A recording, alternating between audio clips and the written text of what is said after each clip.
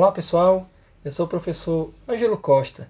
Sou contador, auditor, perito, especialista tributário, também especialista em E-Social, participante do Comitê Colaborativo do Projeto SPED pelo CRC-DF.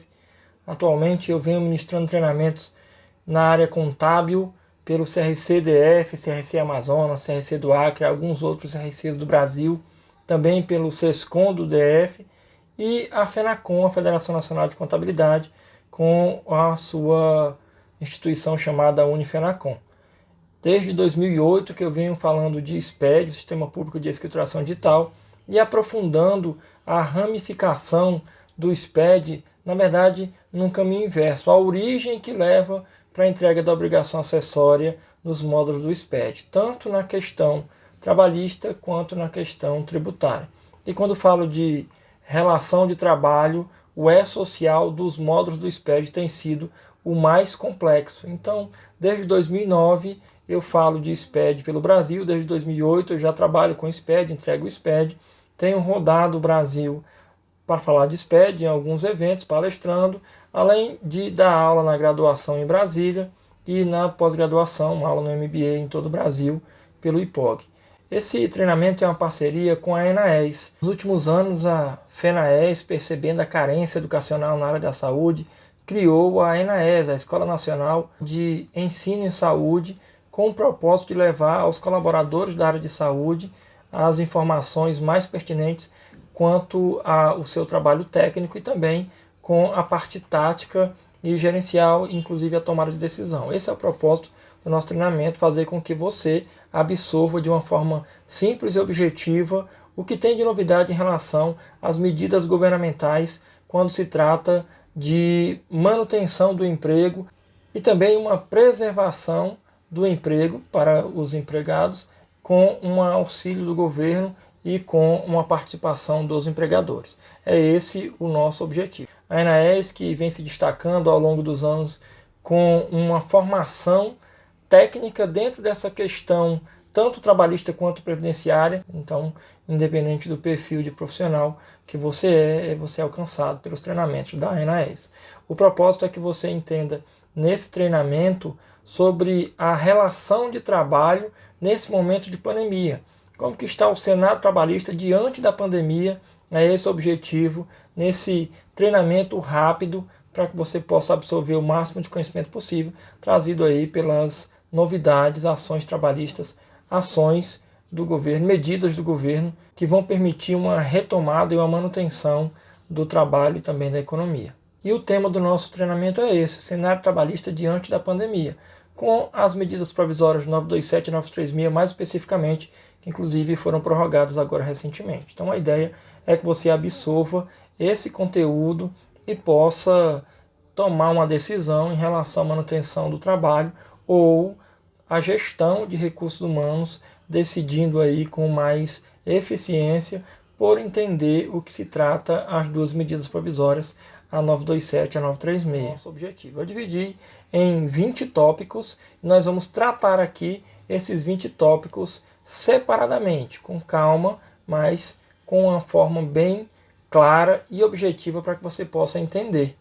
A Lei 13.979, de 6 de fevereiro de 2020, ela trata das ações tomadas pelo governo em relação ao coronavírus. Quais são as medidas em meio à calamidade pública que se trata por conta dessa pandemia que se instalou, inclusive o Brasil foi afetado muito mais do que outros países, e essa tratativa inclui a manutenção e a geração de trabalho, a manutenção dos empregos e a continuidade do trabalho.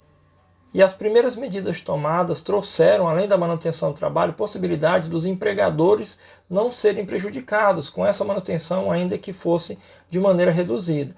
Houveram duas medidas provisórias. A primeira medida provisória é a 927, foi implementada em 23 de março de 2020, e a medida provisória 936, de 1º de abril de 2020. Essas medidas provisórias, em conjunto, acabaram trazendo para os empregadores a possibilidade da manutenção do vínculo com os seus empregados e não perder de uma forma generalizada colaboradores de qualidade. Então, para que isso pudesse acontecer, a medida provisória 927 e 936, em conjunto com essas ações, trouxeram essa possibilidade de manutenção dos empregos com algumas ações que nós vamos tratar aqui. As mudanças que vão desde o trabalho remoto até a redução de salário e suspensão de contratos foram atualizados no dia 8 de abril de 2020 e agora no dia 28 de maio de 2020, prorrogada a manutenção da medida provisória 936. Eu dividi em 20 tópicos, vamos passar por cada um dos tópicos de forma detalhada para que você possa entender e conseguir, inclusive, tomar decisão baseada no que o governo permite em meio ao período de pandemia. Antes de nós falarmos dos tópicos, é importante ressaltar que a consolidação da Lei de Trabalho, a CLT, assinada em 1943 pelo Getúlio Vargas, ela não pode, de maneira alguma, ser desconsiderada. As ações emergenciais são apenas enquanto durar o estado de calamidade pública. Passou esse estado de calamidade pública, volta para o que era previsto na CLT, a manutenção, inclusive, do salário mínimo, do direito de trabalho da mulher, do menor de idade, direito às férias e direito à liberdade sindical. Esses direitos eles não são perdidos de forma alguma. O período emergencial ele trata de um período específico onde as empresas e os empregadores, de uma forma geral, vão tratar como medidas alternativas para a manutenção dos colaboradores e um desgaste menor quando houver a retomada da economia com o fim do isolamento causado aí pelo coronavírus. Os tópicos eles estão divididos da seguinte forma: principais medidas do programa, acordo individual, negociação coletiva, comunicação aos sindicatos, comunicação ao Ministério da Economia, pagamento do benefício, valor do benefício para os contratos suspensos, valor do benefício para os contratos com redução, trabalhadores intermitentes, impedimentos para o benefício, sobre a redução da jornada de trabalho e de salário, sobre a suspensão temporária do contrato de trabalho, ajuda compensatória mensal, garantia provisória do emprego, home office, férias individuais, férias coletivas, banco de horas, suspensão de saúde e segurança do trabalho. Eu preparei para você acompanhar esse treinamento, esse e-book bem aqui, ó. O propósito é que você consiga absorver o máximo, mas tem um e-book para tirar dúvidas e também os meus contatos aí nas primeiras páginas do e-book para ficar mais fácil uma troca de informações no futuro. Inclusive, tenho o maior prazer de atendê-los, claro que na medida do possível, alinhando aí a agenda e também o tempo, a gestão do tempo. Primeiro tópico: principais medidas do programa. Praticamente se divide em 3. O pagamento do benefício emergencial de prevenção do empregado e da renda, a redução proporcional da jornada de trabalho e de salários e a suspensão temporária do contrato de trabalho. Para esse primeiro tópico, a gente tem que entender que essa divisão em 3 eu montei de uma forma que você pudesse alinhar um raciocínio comigo e perceber que o pagamento, que normalmente é o que vai acontecer depois de nós tratarmos da suspensão ou da redução, ele só vai acontecer, pagamento só vai acontecer quando as empresas se enquadrarem corretamente no perfil estabelecido pelas medidas provisórias 927 e 936, nesse caso a 936 mais especificamente quando ela fala de suspensão, redução do contrato, redução da jornada do salário ou suspensão do contrato, vão interferir diretamente no pagamento e também, em contrapartida, uma ação das empresas. Essas empresas devem comunicar aos sindicatos os acordos individuais ou coletivos e também comunicar ao Ministério da Economia, para que haja o pagamento e, inclusive, as datas dos pagamentos vão depender dessa comunicação. Então, no primeiro momento, o que eu quero que você entenda é que, para que haja o pagamento das tratativas permitidas pelo governo federal com a medida provisória 927 e 936, mais especificamente nesse caso, 936, quando fala de a redução da jornada e redução do trabalho ou a suspensão do contrato de trabalho, depende da correta comunicação ao sindicato em que a empresa deve ser vinculada e também a correta comunicação ao Ministério da Economia. Nós vamos ver aqui nesse treinamento quais são as formas de comunicação, quais são as formas de acordo individual e coletivo e quais são as possibilidades a serem tratadas pelos empregadores na tomada de decisão se é melhor fazer a redução da jornada e do salário ou se é melhor fazer a suspensão do contrato. Lembrando, inclusive, que há uma possibilidade de ter as duas ações em conjunto, portanto, que obedeça o prazo limite estabelecido na medida provisória 936. Com a prorrogação prevista agora em 28 de maio de 2020, aí há uma outra possibilidade de manutenção dessa suspensão do contrato ou redução do salário e da jornada. Então, o tópico 1, ele vai tratar exatamente da necessidade de informação ao Ministério da Economia, que substituiu o Ministério do Trabalho, e também ao sindicato. Para nós podermos entender melhor, deixa eu só voltar um pouquinho no tempo. Nós absorvemos aí ao longo dos anos um conhecimento que a CLT acabou estruturando a legislação trabalhista brasileira. De fato foi. Se nós observarmos o Brasil antes da era Getúlio Vargas, já no Brasil República, mais República Velha, a República do Marechal Deodoro, ele tinha um perfil de trabalho autônomo, onde a maioria dos trabalhadores brasileiros eles vieram do exterior, ou pelo menos começou desde o Brasil Império, com o fim da escravidão, a abolição da escravatura trouxe para o Brasil um mercado aberto para autônomos, que vieram, assim como os outros países da América do Sul, a sua grande maioria da Europa. E esse pessoal trabalhando no Brasil tinha uma complexidade gigantesca por falta de parâmetro legal. Esse parâmetro legal, inclusive, só foi estabelecido já na República Velha, quando se instituiu, em 1903, o Sindicato Rural. E os sindicatos eles foram a base, o pilar da manutenção e constituição dos direitos trabalhistas. Então, o Sindicato Rural, o Brasil que foi rural, praticamente todo o PIB era rural até a década de 50, ou pelo menos uma parte muito representativa do PIB era rural até a década de 50. Em 1903, ele teve o Sindicato Rural brigando pelos direitos trabalhistas desses trabalhadores. Em 1907, aí apareceu o Sindicato Urbano. Então, em 1907, Sindicato Urbano, mais voltado para as ferrovias, o pessoal que fazia a construção de ferrovias, teve um sindicato urbano, e esse sindicato urbano ele se espalhou inclusive para os estivadores, Cais do Porto e uma série de outros trabalhadores que existiam no Brasil naquele período que trabalhavam com esse caráter ou esse perfil mais urbano. Em 1903, 1907, os sindicatos eles deram start das condições trabalhistas dignas para os brasileiros.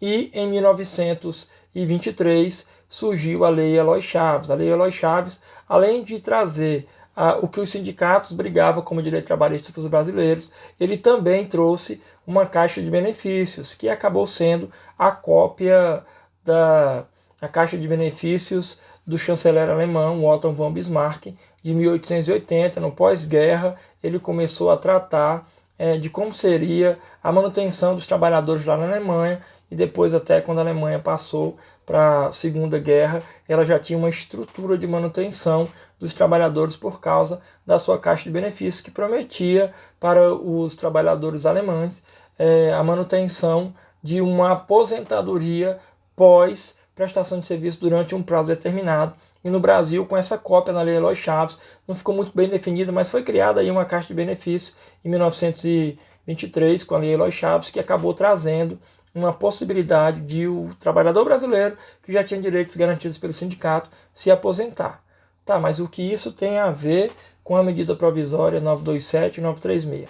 Tem a ver que os direitos fundamentais adquiridos pelos sindicatos em 1903 e 1907 e também pela legislação trazida lá pela Lei Eloy Chaves, que era uma caixa de benefícios, eles não podem ser interferidos, não pode haver uma mudança, não se pode mexer aí nesse perfil de direito. Então os direitos eles têm que ter garantias mínimas. essas garantias mínimas, mesmo com a alteração agora da 927 e 936, elas não são perdidas. É esse o primeiro momento que eu quero que você entenda. O nosso segundo tópico é o acordo individual. Aí começa de fato as mudanças técnicas trazidas pela medida provisória 936. Primeiro vamos começar pela 936 e depois nós passamos aí para a 927. Olha o que diz a 936 quando fala do acordo individual. As medidas de redução da jornada de trabalho e do salário e de suspensão do contrato de trabalho poderão ser estabelecidas por meio de acordo individual escrito para os trabalhadores que recebam salário igual ou inferior a R$ 3.135, ou seja, 3 salários mínimos, e para os trabalhadores que recebam salário igual ou superior a R$ 12.202,12, que representa 2 vezes o limite máximo de benefícios da Previdência Social.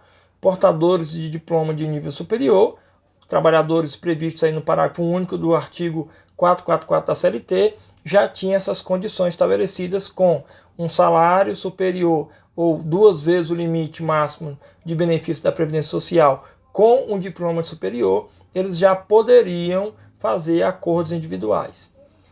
Então, o que diz a medida provisória 936? Olha, aquele acordo individual já estabelecido na CLT, que é o Decreto-Lei 5452 de 1943, assinado em 1º de maio, ele continua e traz para agora, já dentro da 13467, a Lei 13467 de 2017, que foi sancionada pelo Temer, a possibilidade de acordo individual entre um colaborador que recebe mais de 10 salários mínimos ou 2 vezes o teto do limite de previdência social e que tenha nível superior. Esse acordo individual, dentro da 936, também passa a contemplar os colaboradores que recebem aí até 3 salários mínimos, ou seja, R$ 3.135.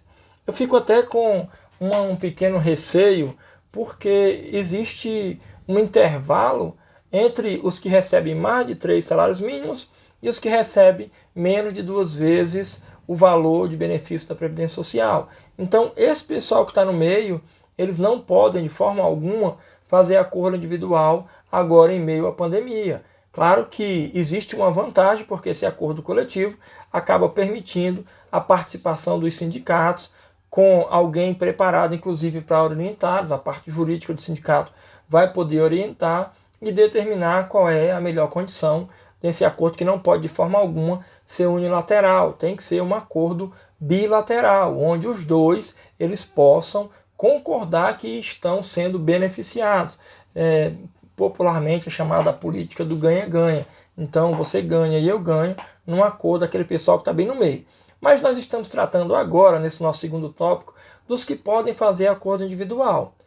Quando tem nível superior e tem um salário acima de 10 salários mínimos, 2 vezes o teto lá da Previdência, R$ 12.202,12, fica mais fácil de discutir, porque já tem uma consciência. Eu não estou sendo nesse momento agora pejorativo, mas que você tenha uma interpretação junto comigo, que esse pessoal, esse tipo de colaborador, ele vai ter uma consciência do que é custo de manutenção do IDH, o Índice de Desenvolvimento Humano. Então ele sabe quanto que ele precisa receber e quanto que é a sua renda per capita para a manutenção da alimentação, que são direitos básicos trazidos inclusive na pirâmide de Maslow, lá da década de 50, e até mesmo no artigo 6º da Constituição Federal de 88, quando ele fala que tem o direito à saúde, à educação, à moradia, lazer, previdência. E aí eu junto as duas situações, o artigo 6º da Constituição Federal de 88, que fala dos direitos sociais, com a pirâmide de Maslow, que fala das necessidades básicas, que é até bem relativa, mas que o que eu preciso receber minimamente para poder conseguir me alimentar a minha família. Nós não vamos mais ter lazer, nesse momento de pandemia não é para isso, mas precisamos ter internet em casa, porque senão ninguém trabalha. Precisamos ter além da alimentação, uma energia paga, o telefone pago, senão eu não vou conseguir me manter minimamente com a minha família. Então talvez essa seja a minha concepção errada na interpretação de alguns colegas, mas eu continuo firme em achar que quem recebe 2 vezes o limite do teto da Previdência, ele vai ter uma condição melhor de negociação. Enquanto que aquele colaborador que recebe até 3 salários mínimos, se ele não tiver uma consciência, e essa consciência não necessariamente está atrelada ao grau de escolaridade desse colaborador, mas que muitos vêm do Nordeste, por exemplo, e vamos fazer um exemplo porque eu sou de Fortaleza, minha esposa que é de Brasília, moramos no Distrito Federal, mas imagina colegas que vieram do Nordeste para tentar a vida, isso eu estou especulando, tá? É uma situação conjecturada. Imagina que esses colaboradores, colegas que conseguiram, então, outros colegas nordestinos, conseguiram um emprego na construção civil ou numa prestação de serviços, zeladoria, portaria, e ele não tem o mínimo de conhecimento da legislação trabalhista. Ele acha que qualquer mudança é um prejuízo para ele, isso é ruim de fazer um acordo individual com esse colega lá, colaborador. Uma outra vertente em relação a esse acordo individual com esse colaborador é que ele pode não ter uma consciência do que é renda per capita, do que é um valor mínimo por cabeça da sua casa para a manutenção dos direitos básicos, dos direitos sociais, pirâmide de Maslow e também o artigo 6º da Constituição de 88. O que eu estou tentando te dizer é que talvez o Departamento de Recursos Humanos das empresas, eles precisam, antes de fazer o acordo individual com esse colaborador, apresentar as condições do que seria um acordo individual. E esse acordo individual ele vai trazer a redução do salário da jornada e a suspensão do contrato. Então é interessante conversar primeiro o RH da empresa. Eu acho que nesse momento agora o RH é a figura mais importante dentro das empresas. Conversar com os colaboradores em uma reunião, passar uma circular, um memorando, passar um aviso no quadro de avisos, o antigo flanelógrafo, mas para que esses colaboradores eles saibam o que é um acordo individual, como é que funciona o acordo individual, para que ele não tenha uma carinha de acordo unilateral, até porque eu vou te falar daqui a pouco que é necessário levar esse acordo para o sindicato homologar, concordar, e de repente quando ele não é bem definido dentro da empresa, ele pode ser gerado um problema, eu acho até que pode gerar um problema maior se simplesmente for passado para o empregado, conversado com ele, ele finge que entendeu e quando chegar na homologação do sindicato, comunicado ao sindicato, vai gerar um problema ainda maior. Então, o que eu quero que você entenda agora, nesse momento, existe o acordo individual, mas um acordo individual somente para quem recebe até R$ 3.135 ou para quem recebe acima de R$ 12.202,12 com nível superior. Esse último caso já estava previsto na CLT, no artigo 444 da CLT, assinado em 43, e foi reforçado dentro da Lei 13.467 de 2017, que foi a reforma trabalhista que o Temer sancionou. Então, o acordo individual é permitido, mas apenas nessas duas condições. E fica aí essa ressalva com relação à participação efetiva do Departamento de Recursos Humanos. O terceiro tópico é a negociação coletiva. O segundo tópico foi o acordo individual, que trazia aqueles dois perfis, um parâmetro para quem recebe até R$ 3.135 e para quem recebe acima de R$ 12.202,12. E aí quem está no meio, nesse intervalo, ele participa do acordo coletivo. Olha o que diz a medida provisória 936 em relação ao acordo coletivo. A negociação coletiva para os empregados não alcançados nas faixas de salário do acordo individual, as medidas de redução e suspensão serão estabelecidas através de negociação coletiva, podendo, inclusive, a negociação coletiva observar percentuais diferenciados de redução da jornada e do salário. Olha de novo, hein? Ele diz que podendo, inclusive, a negociação coletiva observar percentuais diferenciados de redução da jornada e do salário. As convenções ou os acordos coletivos de trabalho celebrados anteriormente poderão ser renegociados para adequação de seus termos. No prazo de 10 dias, inclusive, é o que está previsto aí, no prazo de 10 dias corridos, contado da data de publicação da medida provisória. Olha que interessante. A negociação coletiva é para os colaboradores que estiverem no meio, naquela faixa que não é alcançada pelo valor mínimo de 3.135, que é o limite, na verdade, para o acordo individual, e o de 12.212 centavos. Então, quem estiver ali no meio, ele vai ter uma possibilidade de também entrar com redução de salário ou de jornada, suspensão do contrato, portanto, que haja um acordo individual. O detalhe é que esse acordo homologado no sindicato, ele pode seguir percentuais diferentes do que os estimulados na medida provisória 936 de 2020. Então, o sindicato acaba tendo um poder maior do que o próprio empresário e o empregado no seu acordo individual. Eles podem tratar de percentuais diferenciados quando fala do acordo ou da negociação coletiva. Então, pessoal, olha, cuidado, porque eu até vinculo isso ao acordo individual. Minha fala de agorinha no acordo individual.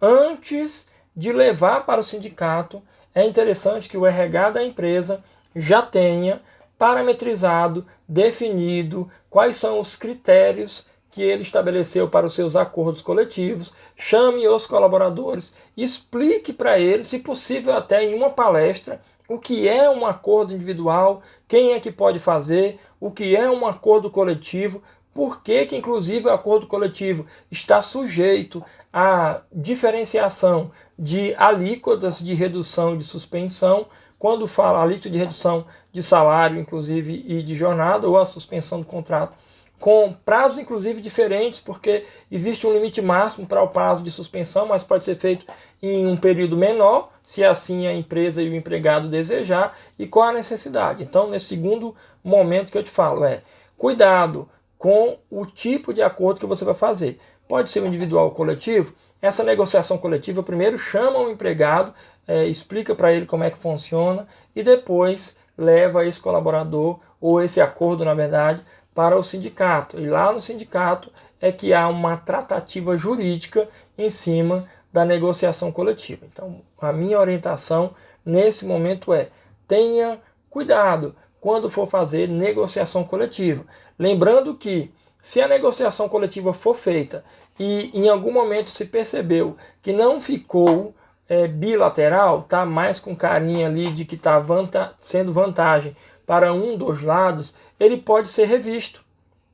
O prazo de 10 dias corridos, contados a partir da assinatura do acordo inicial, o acordo original, pode ser revisto e ajustado esse acordo. Essa é a ideia. Você pode fazer um ajuste no acordo se assim achar necessário. Entenderam? É esse o propósito do nosso terceiro tópico, a negociação coletiva. O quarto tópico, ele trata da comunicação aos sindicatos. Hoje existe aí uma diferenciação em relação à forma que o sindicato atua quando se tratava da CLT, o Decreto-Lei 5452 lá de 43, com a sua alteração mais recente, que foi a Lei 13467 de 2017, dizendo que, agora na Lei 13467 de 2017, que os sindicatos, eles têm força de lei. As convenções coletivas e acordos coletivos, eles têm força de lei, inclusive mudando aquele perfil que foi estabelecido em 1903 e em 1907 com o sindicato rural e o sindicato urbano. Como assim? É fácil de entender. Primeiro, a CLT garantia direitos mínimos do trabalhador. O salário mínimo, o direito mínimo à alimentação, direito mínimo ao transporte, o direito do trabalho da mulher, o direito do trabalho do menor de idade, então o direito à liberdade sindical. Essas garantias eram garantias mínimas. E aí os sindicatos, eles tinham um papel, inclusive tratando-se de estatutário, a mesma situação, que era de melhorar a condição trabalhista do colaborador em relação ao seu trabalho desempenhado na empresa, com base na informação de um acordo coletivo. E aí tem duas situações, tá? A convenção coletiva é uma coisa e o acordo coletivo é outra coisa. A convenção coletiva é o sindicato patronal tratando com o sindicato laboral. E os dois chegam num consenso. Era mandado para o antigo Ministério do Trabalho, que virou Secretaria Especial de Trabalho e Previdência, para que houvesse um dissídio coletivo, uma homologação, inclusive, da negociação que era feita e tratava-se como convenção coletiva. Já o acordo coletivo é a empresa tratando diretamente com o sindicato laboral. Então chegou-se a um consenso, também se mandava para o Ministério do Trabalho o acordo coletivo entre a empresa e o sindicato laboral. Aí sim é que se tinha o dissídio. Então, convenção coletiva é uma coisa, acordo coletivo é outra. O detalhe é que a 13467 ela diz o seguinte: primeiro, enfraqueceu de uma certa forma o caixa dos sindicatos quando ele disse que a partir da 13467 foi instituído a possibilidade de os colaboradores não contribuírem mais com aquela contribuição sindical laboral obrigatória que acontecia no mês de março com o recolhimento lá em abril, ou seja, nos nossos salários de abril, percebíamos que tinha um dia de trabalho descontado de forma incondicional. Isso não existe mais. A obrigatoriedade não existe mais. Existe sim toda uma questão levantada, que é uma necessidade de manutenção desse pagamento para que nós pudéssemos ser assistidos de forma jurídica pelo sindicato, inclusive a contribuição associativa que permite ainda a manutenção dessa associação, até vai ter uma redundância, mas permite essa associação, vai permitir que eu tenha um atendimento jurídico. Então, hoje, a primeira situação é que os sindicatos continuam existindo, os sindicatos não foram unificados, como a maioria dos colegas haviam pensado, e os sindicatos, mais do que na época da convenção coletiva, que apenas tinha um papel de melhorar, através de negociação coletiva, as condições de trabalho dos colaboradores, a partir de agora, ela pode ter força de lei, tanto a convenção coletiva quanto o acordo coletivo. Isso está, o diploma legal dessa informação que eu estou te passando, é a Lei 13467 de 2017, sancionada pelo então presidente Temer, logo após o impeachment da presidente Dilma. Então, hoje no Brasil, os sindicatos precisam ser comunicados quando houver a informação do acordo coletivo ou acordo individual, negociação individual, coletiva. Em meio ao estado de calamidade pública, precisa, e o que diz o nosso tópico 4, os acordos individuais para suspensão do contrato ou redução da jornada de trabalho ou salário deverão ser comunicados ao sindicato dos trabalhadores no prazo de 10 dias corridos, contado da data de celebração do acordo. Então, não pode perder o prazo. O prazo da comunicação, tanto do acordo individual quanto daquele acordo coletivo, é no prazo de 10 dias corrido. O acordo individual celebrado para os trabalhadores que receberam até 3.135 e para os trabalhadores que têm um salário superior a 12.212,12, esse acordo precisa ser comunicado ao sindicato. Houve até uma iniciativa do ministro do STF, o Ricardo Lewandowski, para que isso fosse vetado, não precisasse comunicar aos sindicatos o acordo individual, que é aquele acordo feito diretamente com o empregado. Mas isso foi derrubado pelo próprio STF e há uma necessidade de comunicar ao sindicato, ainda que tenha sido o acordo individual, num prazo corrido de 10 dias. Lembrando que a negociação coletiva, essa de fato, vai ter a participação do sindicato. Então, o nosso quarto tópico é a necessidade de comunicar aos sindicatos trabalhadores, no prazo de 10 dias corrido, os acordos feitos pela empresa. Isso influencia, inclusive, no pagamento do benefício. Então, no nosso tópico 1, eu te falei que o pagamento do benefício ele está atrelado a uma série de condições estabelecidas aí pela medida provisória 936 de 2020. Então, fica atento ao prazo de 10 dias corridos, para não perder a possibilidade de comunicar e atrasar o pagamento do empregado. O nosso quinto tópico é a comunicação ao Ministério da Economia. Olha o que diz a medida provisória 936.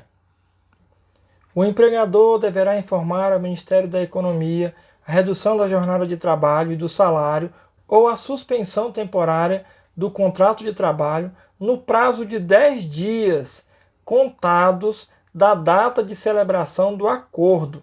A comunicação será realizada pelo portal Empregador Web.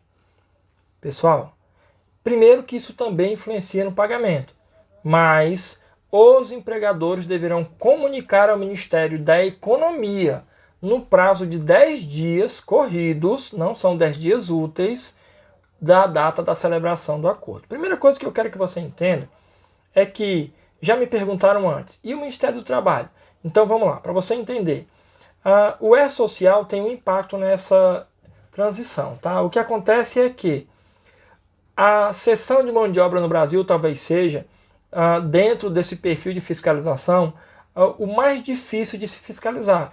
Porque cessão de mão de obra no Brasil envolve um conjunto de legislações que trazem aí órgãos, cada um com uma legislação específica e até mais que isso, atrelando legislações dentro da cessão de mão de obra, que fica difícil de fiscalizar. Aí se criou um perfil de obrigação acessória, cada um dos órgãos, e eles não se comunicavam. Então acaba que a legislação trabalhista, ela tratava das regras trabalhistas, mas a cessão de mão de obra, quando falava de fiscalização de fato gerador, base de cálculo e alíquotas, ela era muito complexa e às vezes até paradoxa, porque era fácil de fazer, mas era difícil de entregar. E às vezes era fácil de fazer e de entregar, mas a fiscalização, que era para facilitar, estava dificultando. Como assim? Acho simples. Olha, a ideia que eu quero que você entenda é que alguns usavam sistemas híbridos. Por exemplo, o Ministério do Trabalho, ele tinha como papel fiscalizar a cessão de mão de obra quando tratava de condições ambientais de trabalho, das condições relativas à saúde e segurança do trabalho. Também ele fazia o gerenciamento do Conselho Curador do Fundo de Garantia de Tempo de Serviço, que era o responsável da manutenção do Fundo de Garantia de Tempo de Serviço dos Trabalhadores. Então o Ministério do Trabalho ele tinha um sistema de fiscalização híbrido. Como assim? Ele tinha uma parte que era um programa baixado na máquina, chamados de PGDs, as declarações, uma outra parte que era um sistema web service, onde você entrava e alimentava os dados, uma outra parte era papel mesmo, totalmente híbrido. Por exemplo, a RAIS era um programa baixado na máquina, então é um PGD, um programa gerador de declaração. Baixa, preenche offline, depois transmite. Enquanto que o CAGED, ele é web service. O CAGED, eu entro diretamente no ambiente web do Ministério do Trabalho e faço a transmissão de um arquivo que é recepcionado pelo CAGED. E o seguro-desemprego, por exemplo, antes de virar web service, ele era papel. O livro de registro de empregados, ele também é papel. O livro de inspeção também é papel. E aí isso dificulta a base de dados para fazer a fiscalização. Então, a Previdência não ia muito longe desse perfil não, tá? A Previdência, ela dizia, olha, eu nem tenho como fiscalizar, né? Então, criou-se um LTCAT que não funcionou muito bem, aí daí a Previdência e o Ministério do Trabalho acabaram seguindo o perfil de obrigação acessória instituído pela Caixa Econômica. E a Caixa Econômica não é um agente fiscalizador. Ministério do Trabalho, Ministério da Previdência, que eram agentes fiscalizadores. A Caixa Econômica ela foi incumbida de arrecadar e gerenciar o Fundo de Garantia de Tempo de Serviço dos Empregados, que inclusive recebia 10% de contribuição social quando ela gerenciava, corrigia com o juro de atualização monetária, mas tinha aí uma participação muito importante no FGTS. Tem até hoje, inclusive, até faço um comentário pessoal, acho que a galinha dos ovos de ouro da Caixa é o FGTS, que empresta para outros bancos com juros altíssimos, enquanto que a correção para os colaboradores é um juro de atualização monetária minúsculo, né? 0,001% em alguns casos. Então, a Caixa Econômica instituiu a CEFIP. E a CEFIP, Sistema Eletrônico do FGTS, Informação Previdenciária, ele traz um programinha chamado GFIP, né, uma guia de informação do FGTS e Previdenciária, que inclusive gera uma GRF, uma guia de recolhimento do FGTS, e uma guia de recolhimento rescisório do FGTS e GRF. E uma parte é web service, com conectividade CP, mas o mais comum era ter um programa offline, um PGD baixado na máquina, que usava conectividade social. E a Receita Federal, na questão trabalhista, ela só se envolvia com a DIF, que era um PGD baixado na máquina, entregue como qualquer outra obrigação acessória com o uso do ReceitaNet, depois é que veio aí a utilização do Java. Quando a Receita juntou com a Previdência, lá com a Lei 11.941 de 2009, onde dizia que a Receita Federal, essa lei inseriu o inciso 4º no artigo 32 da 812 de 91, dizendo que o Ministério da Previdência e o Ministério da Receita, Secretaria da Receita Federal, deveriam trabalhar em conjunto na fiscalização da cessão de mão de obra.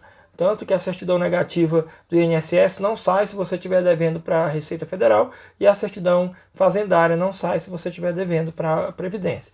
E isso fez com que a Receita gerasse, dentro do projeto SPED, o Sistema Público de Escrituração Digital, a necessidade de um módulo. E veio aí a ser concretizada, essa necessidade virou o módulo chamado E-Social. Inicialmente E-FOPAG, depois E-Previdenciário, depois E-Social. O E-Social foi instituído pela Receita Federal, mas com um comitê gestor. Ministério do Trabalho, Ministério da Previdência, Caixa Econômica e Receita Federal trabalhariam em conjunto para poder gerenciar esse E-Social, e as informações que antes eram entregues separadas para cada um dos órgãos começariam a ser entregues agora apenas dentro do E-Social. O detalhe é que com o governo Bolsonaro, sem fazer apologia à política, tá? Ele acabou centralizando no Ministério da Economia. O Ministério da Economia, o Paulo Guedes, o ministro da Economia atual, falou o seguinte: olha, acaba o Ministério do Trabalho, acaba o Ministério da Previdência. Os dois vão ser agora Secretaria Especial de Previdência e Trabalho, subordinados ao Ministério da Economia. E a Receita Federal já é subordinada ao Ministério da Economia.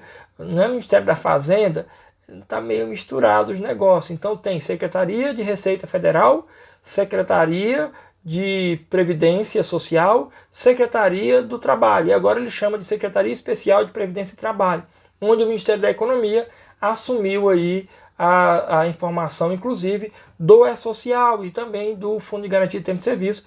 O Conselho Curador agora é do Ministério da Economia. Então, quando fala agora de relação de trabalho, quem fiscaliza as empresas é o Ministério da Economia. Aí, por isso que se eu fizer um acordo individual ou negociação coletiva com redução de jornada ou de salário ou com suspensão de contrato, além de comunicar ao sindicato, de novo, é comunicar ao sindicato no prazo de 10 dias corridos, eu tenho que comunicar ao Ministério da Economia no prazo de 10 dias corridos, contados a partir da assinatura, que isso vai influenciar também no pagamento. Olha que interessante, a partir de agora, qualquer acordo que eu falo de relação trabalhista tem que ser comunicado ao Ministério da Economia. É ele que vai tratar da informação de trabalho a partir do governo Bolsonaro. O nosso sexto tópico é o pagamento do benefício.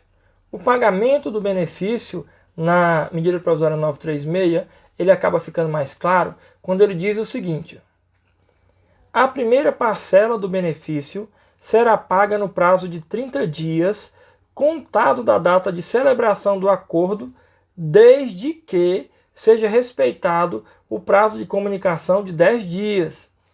Caso o empregador não respeite o prazo, o benefício somente começará a ser pago para o empregado no prazo de 30 dias a contar da data em que a comunicação foi realizada. Até que a informação seja enviada, o empregador deverá pagar os valores de salário de forma integral ao empregado, tendo inclusive que recolher os respectivos encargos sociais. Pessoal, são duas informações aí no nosso sexto tópico, que elas são importantíssimas. Primeiro, tem que comunicar no prazo de 10 dias corridos ao Ministério da Economia. Aí eles falam assim, ó, nós vamos pagar o empregado que o empregador comunicou o acordo que fez com ele, individual, coletivo, redução ou suspensão, no prazo de 10 dias. Se nós, Ministério da Economia, recebemos a informação em 10 dias, tranquilo, agendamos o pagamento para 30 dias da data da celebração do acordo. Então, em 10 dias ou há 10 dias atrás, foi assinado o acordo, comunicou aqui, mais 20 dias para frente, vai juntar aí um total de 30 dias, o colaborador recebe o seu benefício emergencial, chamado de bem. Mas, se a empresa não comunicar, aí já é uma segunda questão, no prazo de 10 dias, o que vai acontecer é que os 30 dias serão contados não a partir da assinatura, da data de assinatura do acordo, mas sim a partir da data da transmissão. Hipoteticamente, o empregado e a empresa, o empregado e o empregador, fizeram um acordo no dia 1º de junho e no dia 10 de junho, ou até o dia 10 de junho, que é o limite, não foi feita a comunicação para o Ministério da Economia, ainda que tenha feito a comunicação para o sindicato, mas não foi feita via empregador web.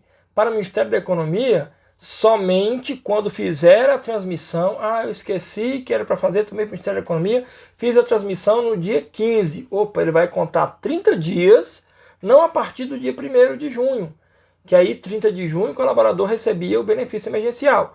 Como eu perdi o prazo dos 10 dias, transmiti no dia 15, só no dia 15 de julho é que o colaborador recebe o auxílio emergencial. Cuidado, de novo, o RH é muito importante nesse momento. Precisa dessa informação consolidada, a informação definida para ser comunicada ao sindicato, e a contabilidade da empresa ou o departamento pessoal da empresa vai fazer a transmissão no prazo de 10 dias corridos. Se não fizer, interfere no pagamento do colaborador. Então, o pagamento do benefício depende do período de transmissão.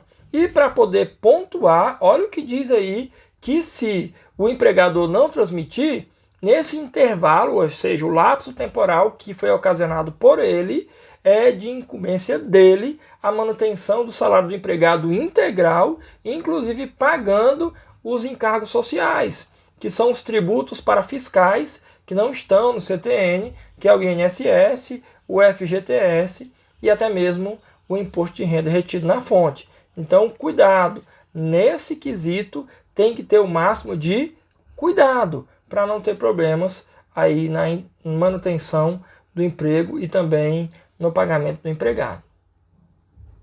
O nosso sétimo tópico é o valor do benefício. Olha o que diz o texto da medida provisória 936. O valor do benefício terá como base o valor do seguro-desemprego que teria direito o trabalhador, devendo ser observados alguns dispositivos conforme o caso. O seguro-desemprego tem um teto no valor de R$ 1.813,03. Isso é o teto. O recebimento do benefício emergencial não impede a concessão e não altera o valor do seguro-desemprego que o empregado vier a ter direito no futuro. Então, esse texto vai dizer que a regra de pagamento segue aquele teto do seguro-desemprego. Não entendi. Vamos lá devagarzinho. Ângelo, eu tenho um salário de R$5.000. Se eu concordar com a suspensão ou se eu concordar com a redução, eu só vou receber no máximo R$ 1.813,03. Isso mesmo. O governo fala que ele só pode manter o benefício emergencial, o bem, até o limite do seguro-desemprego. Então vem uma outra dúvida.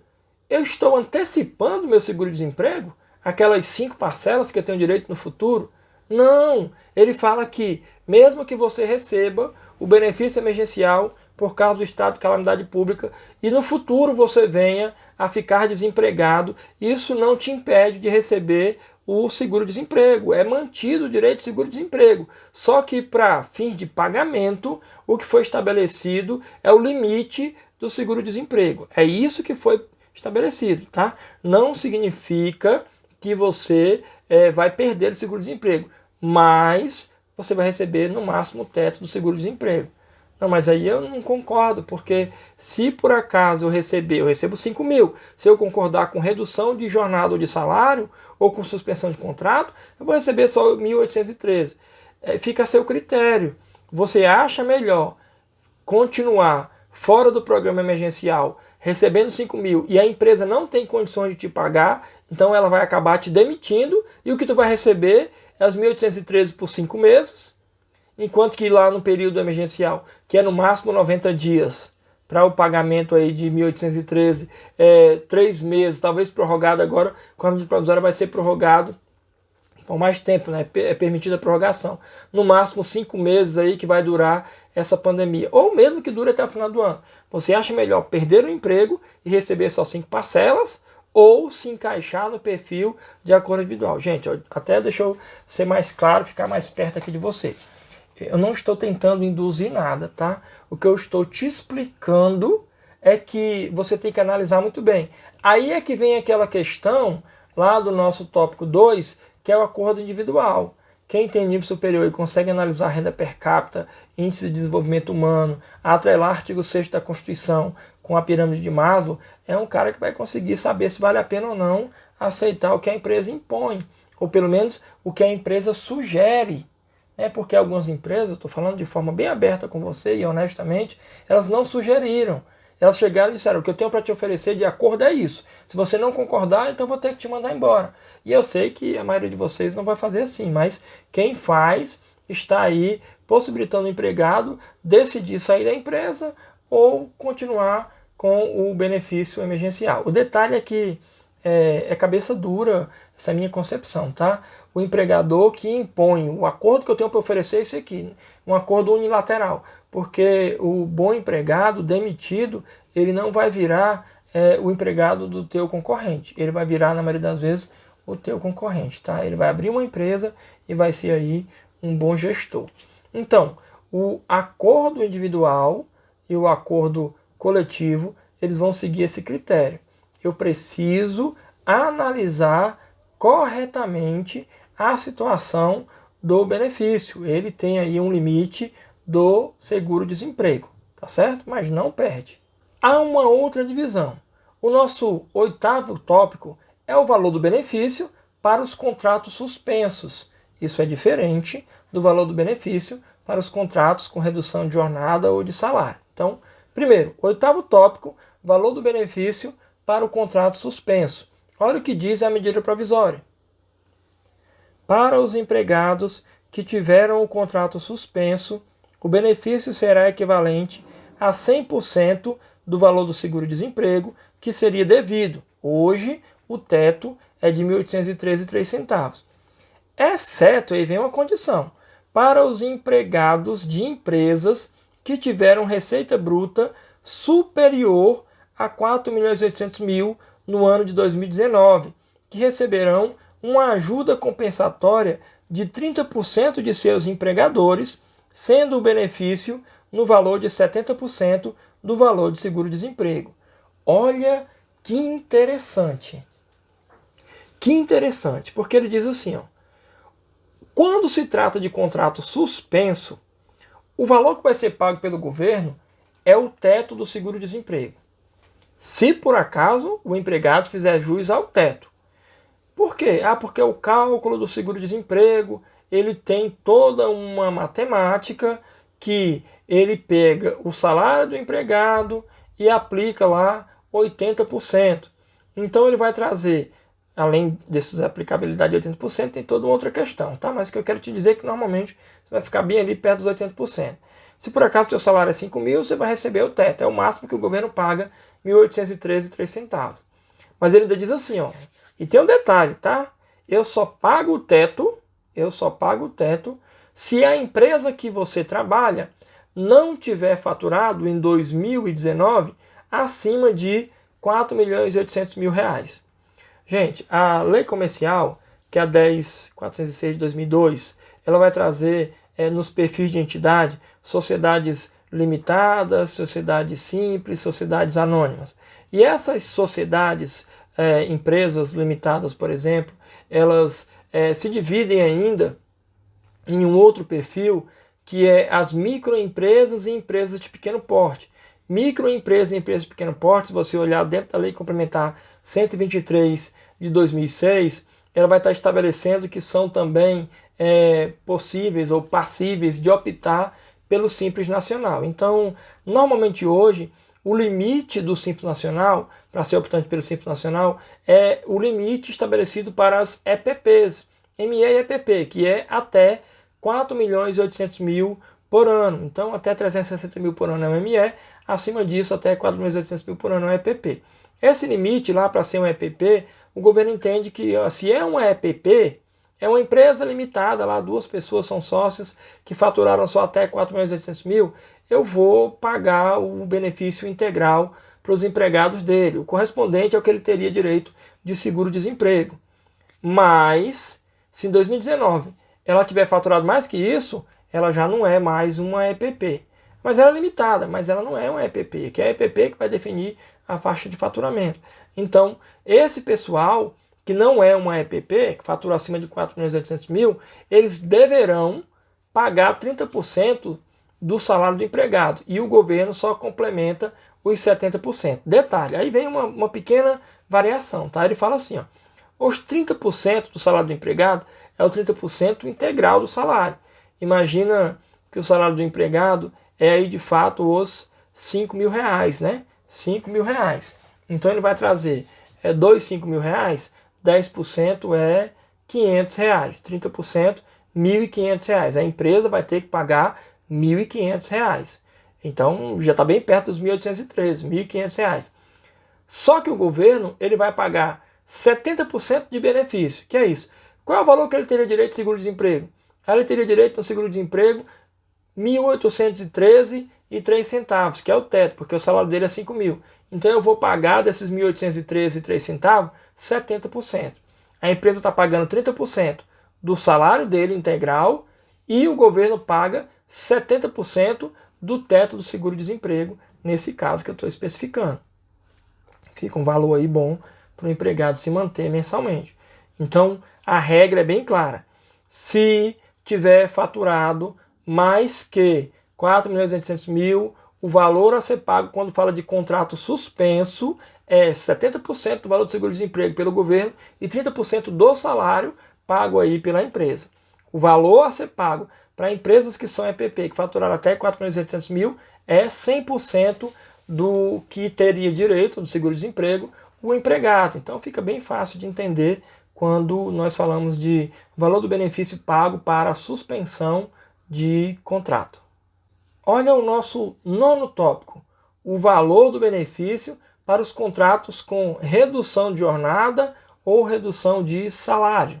Olha o que diz a MP 936 de 2020. Para os empregados que tiveram a redução da jornada e do salário, o valor do benefício será calculado aplicando o percentual da redução sobre o valor do seguro-desemprego, que será devido 25%, 50% ou 70% à escolha do empregado e do empregador, ou seja, os dois, no seu acordo individual ou negociação coletiva, vão definir qual é o percentual melhor para os dois. O empregado com mais de um vínculo formal de emprego poderá receber cumulativamente um benefício para cada vínculo com redução proporcional de jornada de trabalho e de salário ou com suspensão temporária do contrato de trabalho. E isso é legal. Então vamos lá o que ele diz. Ele diz assim, primeira coisa, a redução da jornada e do salário, ou redução do salário ou da jornada, que vão acabar sendo atrelados os dois, eles dizem que, segundo a 936 de 2020, pode ser reduzida a 25% de redução, 50% de redução e 70% de redução. E isso é negociado, empregador e empregado, quando eles estão no acordo individual, aquelas duas faixas de salário, ou negociação coletiva. Primeiro tem que ser negociado, por isso que eu falo de novo que o RH é importante. Precisa apresentar para os empregados todas as condições e também abrir o jogo. A empresa está passando por esse momento e eu só consigo te manter se for nessa condição. O que você acha?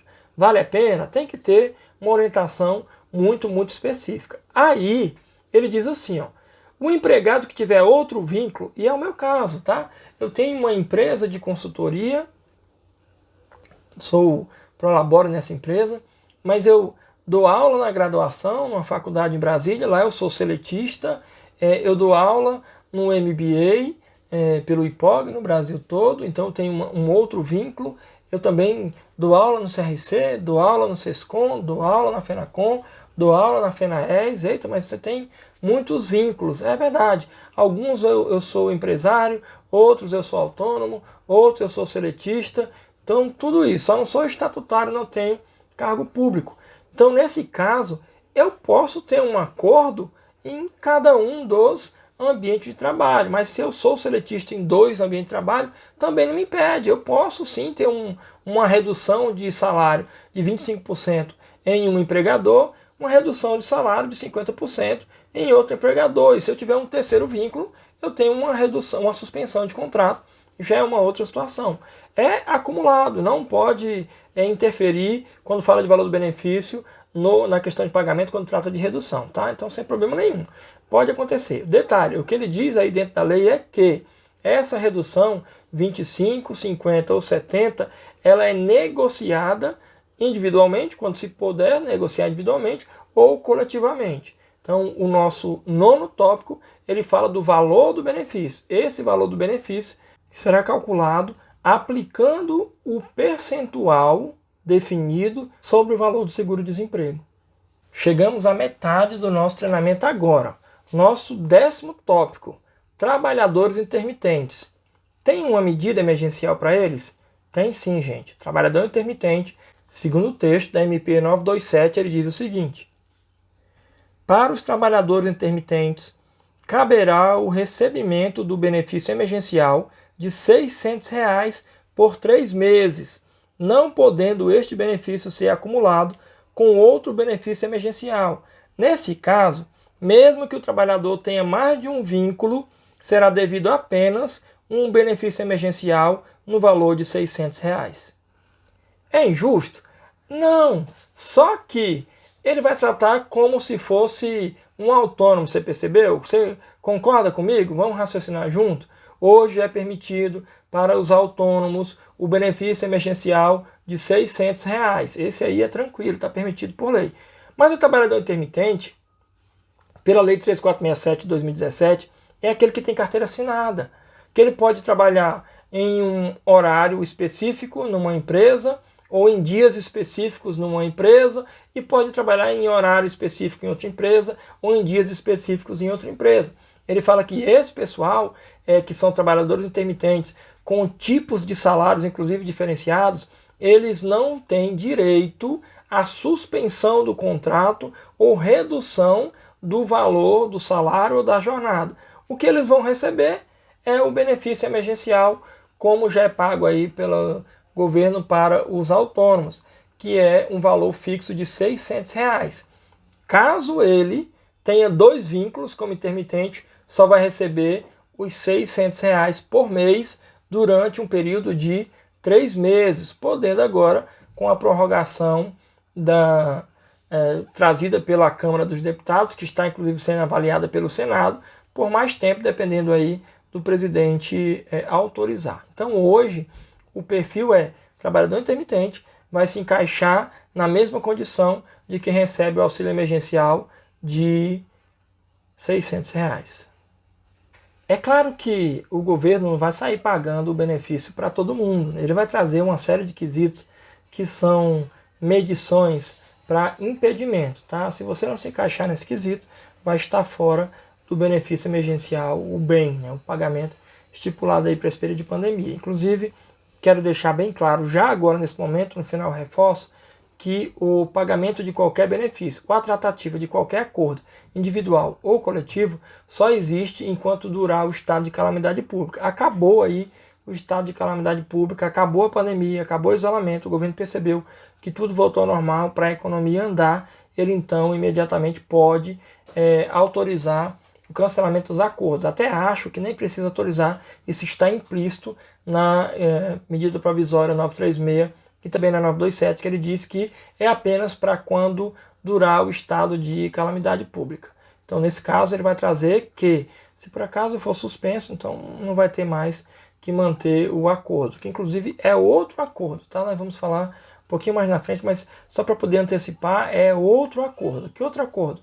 Outro acordo mesmo. Tem que ter um contrato assinado, empregador e empregado, com a nova data, para ficar mais claro.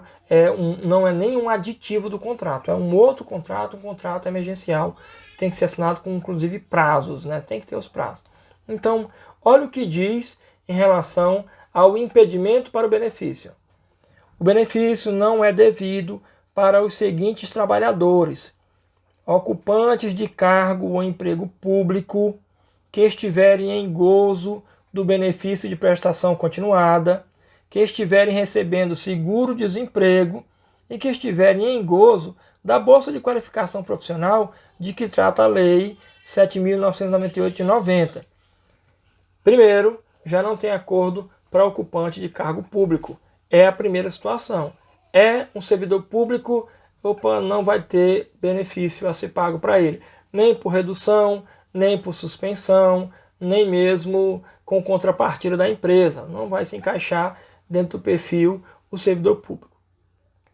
Ele traz ainda que estiver em gozo de benefício de prestação continuada, ou seja, para quem já está aposentado, por exemplo, ou quem está recebendo algum tipo de benefício da Previdência, não se aplica o pagamento de benefício, nem mesmo um tipo de acordo com redução ou suspensão, porque trata de relação direta já com a Previdência Social, não vai ter nenhuma informação relacionada a isso.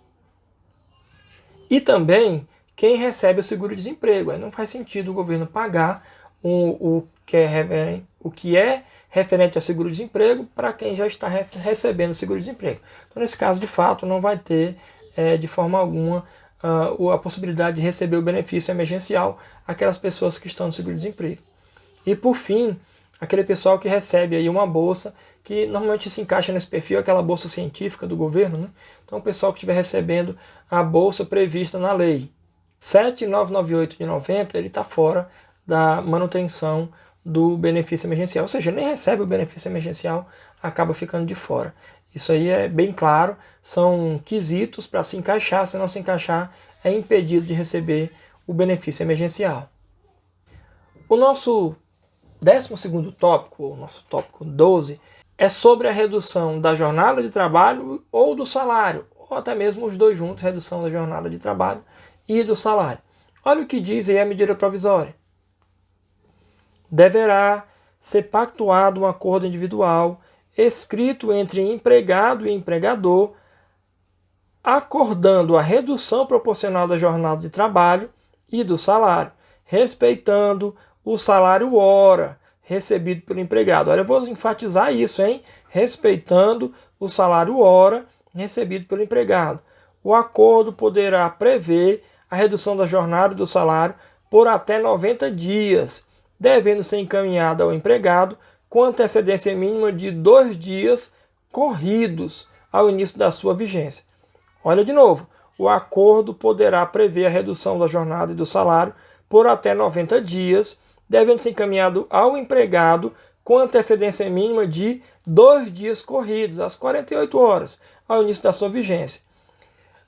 Primeira situação que acontece quando fala de redução de jornada ou de salário é que deve ser observado o valor do salário hora. Vou te explicar agora como é que funciona isso. Mas o salário hora ele não pode ser afetado. O valor do salário hora tem que permanecer. Ainda que haja redução de jornada, é o valor do salário hora que vai levar em consideração. Redução de salário é o valor do salário hora que vai ser levado em consideração. É a primeira observação, vai ficar mais fácil com o exemplo que eu vou te dar em alguns instantes. Mas a segunda observação, prazo. O prazo máximo não pode ultrapassar. A redução da jornada e do salário, ou redução da jornada do salário, é de no máximo 90 dias. E o empregado tem que ser avisado 48 horas antes. Não fala de dia útil, tá? Ele diz assim, imagina que eu quero que a partir de segunda-feira você tenha uma redução na sua jornada. Em vez de trabalhar 8 horas, você vai trabalhar apenas agora 4 horas, para nós aqui. Então, nesse caso, eu avisei na sexta-feira. Tá certo isso? Tá, porque são 48 horas antes. Não, mas a partir de terça, eu quero que você comece a sua redução de jornada. Mas eu avisei para ele na segunda. Segundo eu aviso, não pode. Ele fala que tem que ter um intervalo mínimo de 48 horas. Então avisei na sexta-feira, ele pode segunda-feira já começar com a redução de jornada ou de salário. Mas se avisar menos que isso, já está ferindo aí a medida provisória. Então vamos lá, o que ele diz? Ó, redução de jornada ou de salário é de no máximo 90 dias, e esses 90 dias não necessariamente é o que você vai ter que aplicar, tá? Eu só quero fazer essa redução do empregado por um mês, e aí eu volto ao normal no mês seguinte. Pode fazer de 30 dias? Sim, pode, sem problema nenhum, gente. Eu queria fazer 45 dias, pode? Você olha, o teu limite é 90 dias. Dentro desse limite, você pode discorrer com o empregado e acordar com ele qual é o melhor período. Então é uma relação entre vocês dois para saber qual é o melhor período. Agora, olha que interessante. Ó. A redução da jornada do salário será nos seguintes percentuais: 25%, 50% ou 70%, respeitando o salário recebido, respeitando o salário hora recebido pelo empregado. Redução de jornada de trabalho, ela vai respeitar o salário hora. Então observa agora esse exemplo bem aí. A redução de jornada de trabalho em 50% para um empregado com salário mensal aí de R$ 1.760, como é que ficaria? Ficaria da seguinte forma: R$ 1.760 é o salário mês. Se eu dividir por 220 horas mensais, que é a quantidade de horas que o empregado trabalha mensalmente, eu encontrei um salário hora de R$ 8,00. O salário hora de R$ 8,00, com a redução em 50% da sua jornada, ou seja, se ele teria 220 horas mensais de trabalho, ele terá agora apenas 110 horas. Então, o salário hora, que é R$ 8,00, vezes 110 horas, o novo salário dele, acordado pelo período máximo de 90 dias, é de R$ 880. Entendeu o cálculo?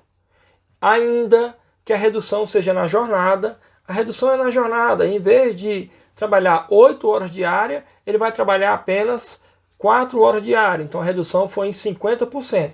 Vamos levar isso para a escala de horas mensais.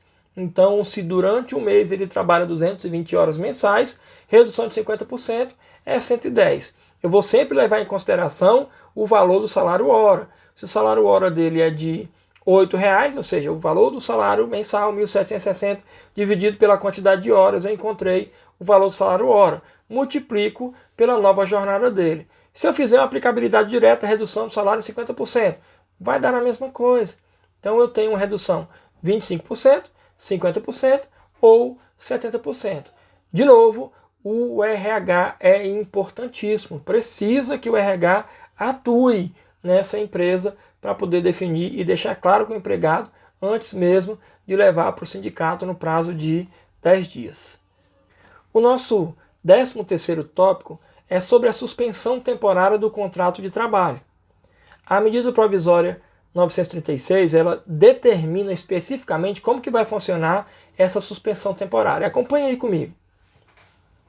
Durante o período de calamidade pública, o contrato de trabalho do empregado poderá ser suspenso temporariamente pelo prazo máximo de 60 dias, podendo esse prazo ser fracionado em até 2 períodos de 30 dias cada. De novo, hein? O prazo máximo é de 60 dias. Ele pode ser dividido em 2 períodos de 30, 2 períodos de 15, 2 períodos de 20, um período de 15 e outro de 30. Você pode dividir em 2 períodos, portanto que não ultrapasse os 60 dias. A suspensão do contrato poderá ser pactuada através de acordo individual por escrito, encaminhado ao empregado com antecedência mínima de 2 dias corridos. Novamente, ele fala que o prazo para avisar o empregado que o contrato dele vai ser suspenso é de 2 dias corridos, 48 horas. Gente, calma aí, tá? Ele fala que é para avisar que vai ter a suspensão, mas lembra que existe a necessidade de um acordo individual ou coletivo. Ou seja, o empregado vai ser comunicado por escrito, como um aviso, ele vai assinar, ele vai dar o ciente que 48 horas depois ele estará com o contrato suspenso, ou até mesmo com a jornada reduzida.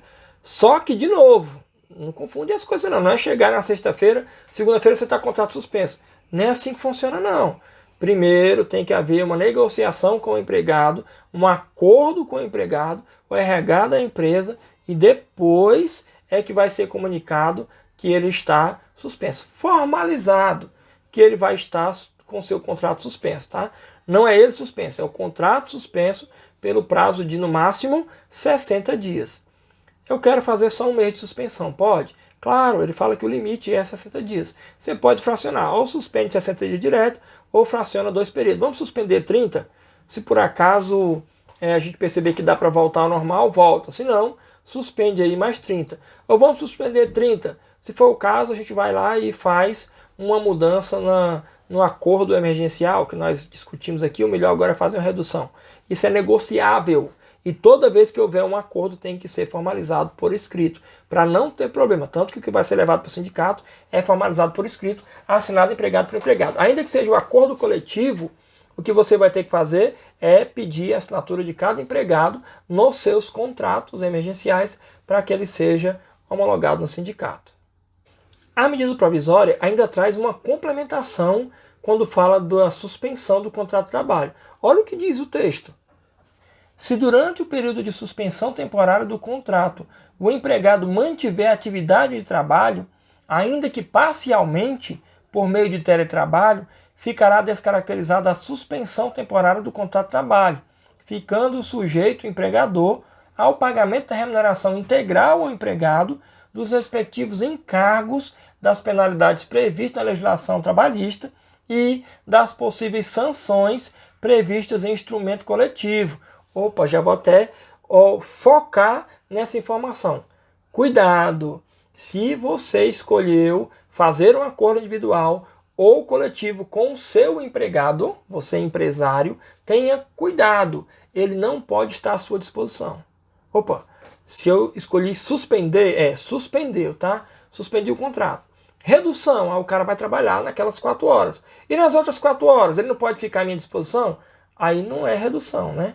Aí, na verdade, você está pagando menos para o empregado ficar o dia todo à sua disposição. Isso é teletrabalho. Ele diz que redução, suspensão, nesse período que está suspenso ou que houve redução, o empregado está livre.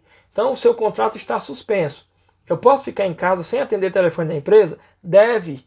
Se eu ligar para o empregado, qual é a senha do teu computador? Eu não estou conseguindo acessar aqui um arquivo. A senha é essa daí. E onde é que está o arquivo? O arquivo está na pasta tal. Abre aí no diretório C, na pasta chamada arquivos de trabalho, e aí você acessa. Esse contato de 3 minutos já caracteriza uma ação de trabalho, que pode, inclusive, depois no futuro, tomara que nunca, ser ajuizada uma ação trabalhista, ele dizendo que foi perturbado quando o contrato estava suspenso. Que ele exige que você repare ele com uma indenização, porque ninguém sabe quem são os empregados, ninguém sabe quem são os empregadores. Então hoje, o que diz a medida provisória é que tenha cuidado, houve qualquer mínimo contato, descaracteriza a suspensão ou redução. Aqui estamos falando de suspensão, descaracteriza a suspensão. E ainda fala mais, olha o que diz. Durante o período de suspensão, suspensão do contrato, o empregado fará jus a todos os benefícios concedidos pelo empregador: assistência médica, assistência odontológica, vale alimentação e etc. Durante o período de suspensão, o empregado continua com seus direitos. Direito do auxílio que ele tinha antes lá para o tratamento odontológico dele, então aquele plano de saúde continua, o plano odontológico continua com os benefícios que ele recebia. Só tem um benefício que não é pago, que é uma lei inclusive específica não está na CLT, que é o pagamento do vale transporte. Então, se o empregado está com o contrato suspenso, ele não tem aí o vale transporte. Mas tem vale alimentação, que na prorrogação agora a Câmara está pedindo para tirar, tá? O vale alimentação, não fazer parte. Mas diz que continua todos os benefícios. O contrato está suspenso, o empregado não pode ter contato de jeito nenhum com a empresa e ainda vai ter os benefícios dele garantidos. E aí, para poder pontuar essa questão da suspensão, ele ainda diz o seguinte, ó: poderão ser adotadas as duas medidas com o mesmo empregado, redução da jornada ao salário e também a suspensão do contrato, desde que o período máximo dessas duas medidas não ultrapasse os 90 dias. Olha que interessante, ó. Não pode ultrapassar 90 dias, ainda que sejam juntas as duas medidas. Mas, Ângelo, a redução não é 90 dias? A redução de contrato de jornada 90 dias? E a suspensão não é 60? 90 com 60 dá 150 dias. Não é assim não. Ele fala que você pode fazer as duas ações, portanto que não ultrapassa 90 dias. Vou suspender por 30 dias e reduzir por 60. Aí dá. Ou eu vou suspender por 60, que é o limite máximo, e reduzir por 30. Aí dá. Não pode ultrapassar os 90 dias. Então, suspensão de contrato e redução podem ser conjuntos. Exemplificando, eu tenho um vínculo onde eu estou suspenso por 60 dias. Aí eu tenho um outro vínculo e no outro vínculo vai acontecer uma redução. Essa redução ela vai ser aí mais 60 dias. Eu tenho um vínculo com suspensão de 60 dias, eu tenho um outro vínculo com a redução de 60 dias. Oh, mas aí deu 120, passou do 90. São dois vínculos, tá? São dois vínculos diferentes. Agora, no mesmo empregador, não pode. Primeiro, esse empregador me suspendeu por 60 dias e depois ele vai reduzir meu salário por mais 30 dias. É outra questão. Não se aplica. É uma situação diferenciada. Então é isso aí quando fala de suspensão e redução. O nosso 14º tópico é a ajuda compensatória mensal. Essa ajuda compensatória mensal ela é feita pela empresa, tá?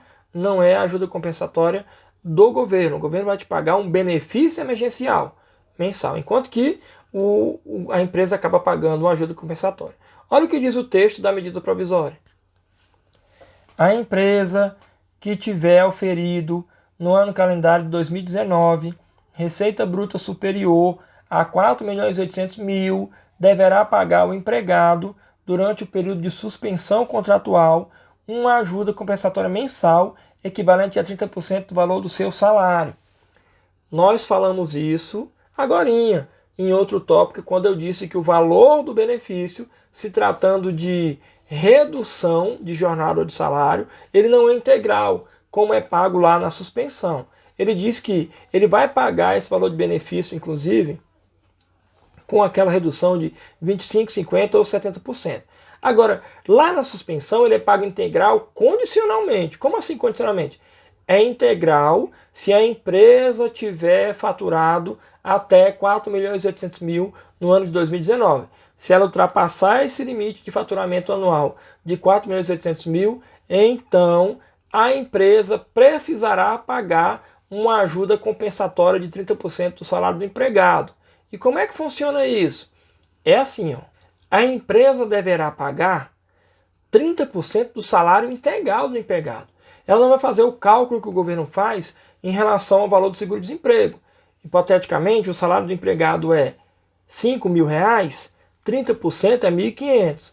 Tá, mas ele teria direito a R$ 1.800 se fosse pago integralmente lá o valor do seguro-desemprego pelo teto, pelo governo. Não, não é esse o caso. Ele diz que a empresa pagará 30% do salário integral, enquanto que o governo manterá 70% do valor do seguro-desemprego. São dois tipos de pagamento.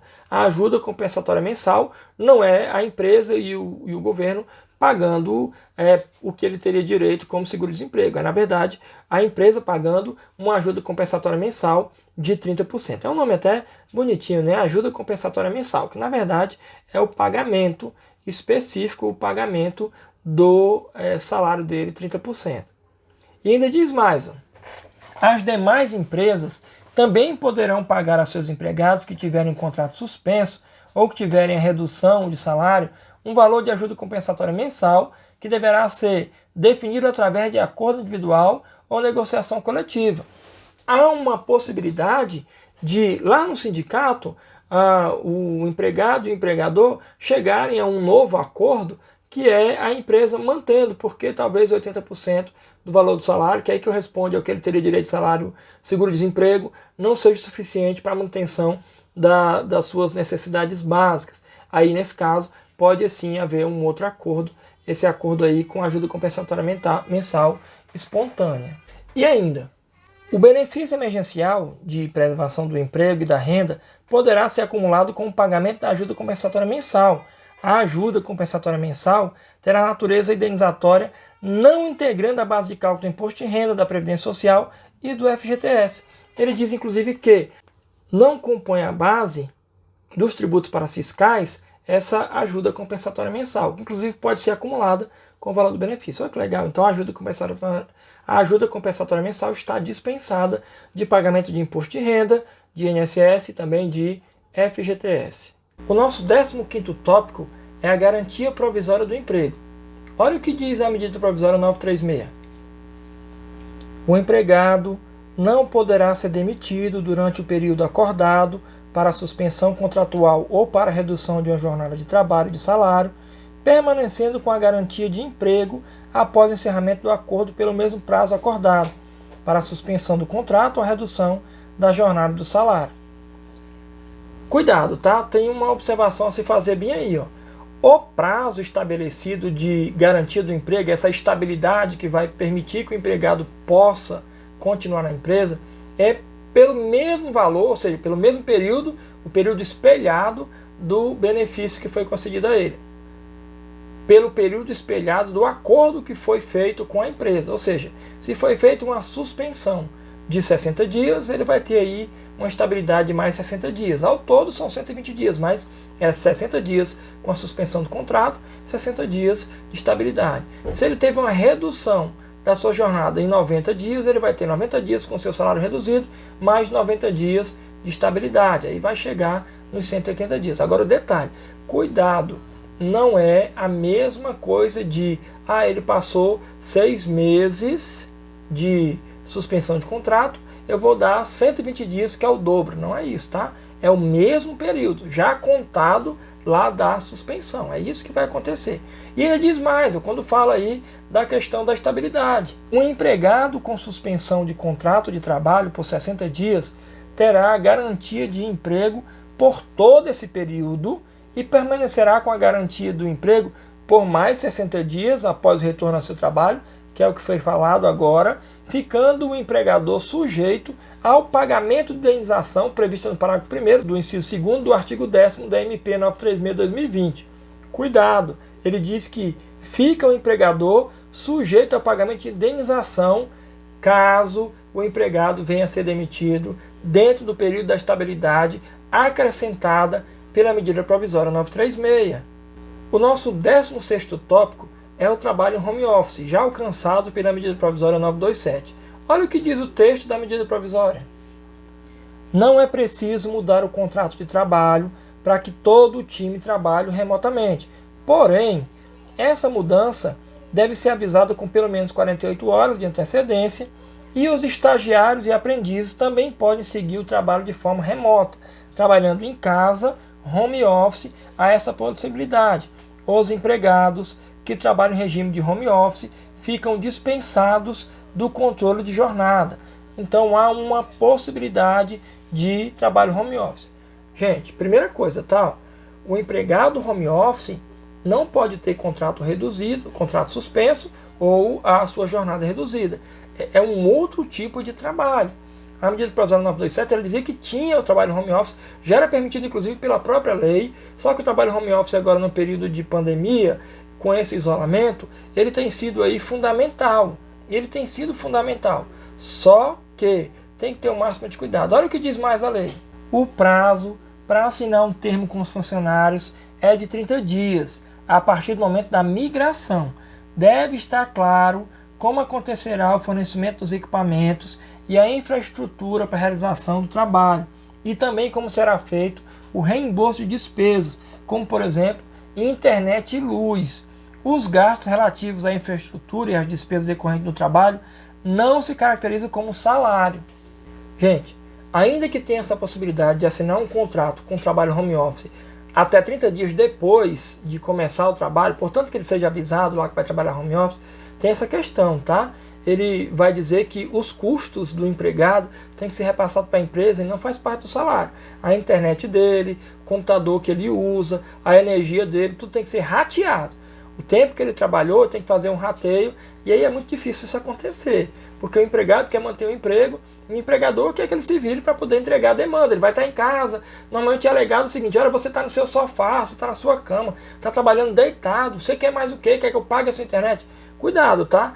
Não compõe o salário o gasto que o empregado tiver em casa. Se ele precisar melhorar a sua internet, se a cadeira de escritório dele é ruim, se ele está sentindo dor nas costas, isso pode levar depois a uma armadilha jurídica muito grande. Tenha cuidado quando for formalizar o trabalho na metodologia home office. Tem toda essa questão para ser analisada. O nosso 17º tópico são as férias individuais.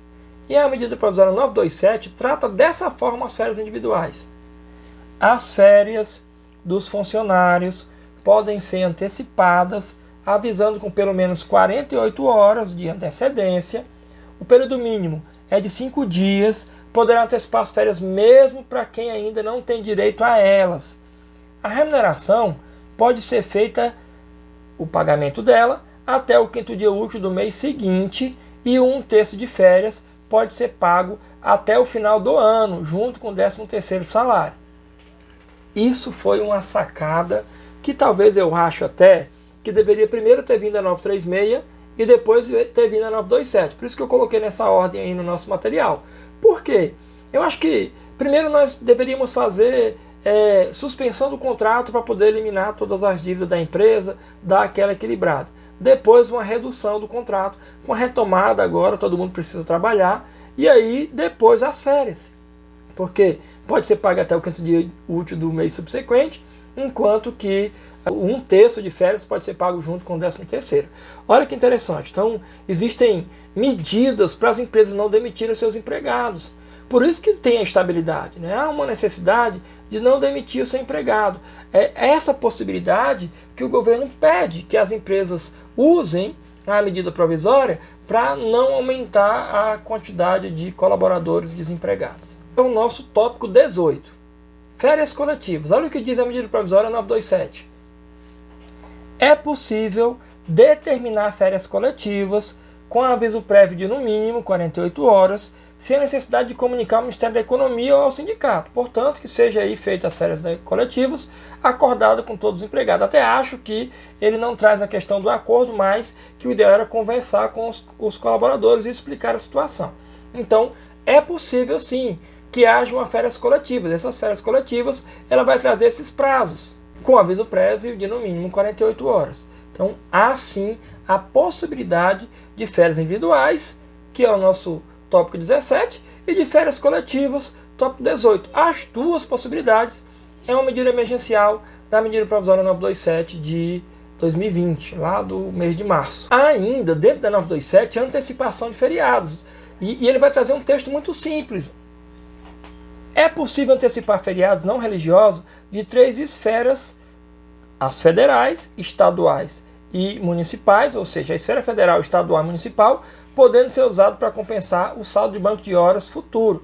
Esse feriado antecipado não pode ser feriado religioso, se for feriado religioso não entra nesse perfil, mas é uma possibilidade. Antecipação de feriados e depois pode ser compensado, inclusive, banco de horas. Então, há uma série de medidas que garantem uma possibilidade, na verdade, traz uma possibilidade de manutenção do emprego, né? Claro que você me ouvindo aqui vai dizer que não é tão simples assim, tem toda uma questão econômica, tem o faturamento, a empresa presta serviço, o pessoal que é vinculado aí à FENAES e também está ouvindo ou me ouvindo pela ENAES vai dizer que tem toda a questão de faturamento envolvido, mas eu só estou te apresentando aqui nesse treinamento possibilidades, tá?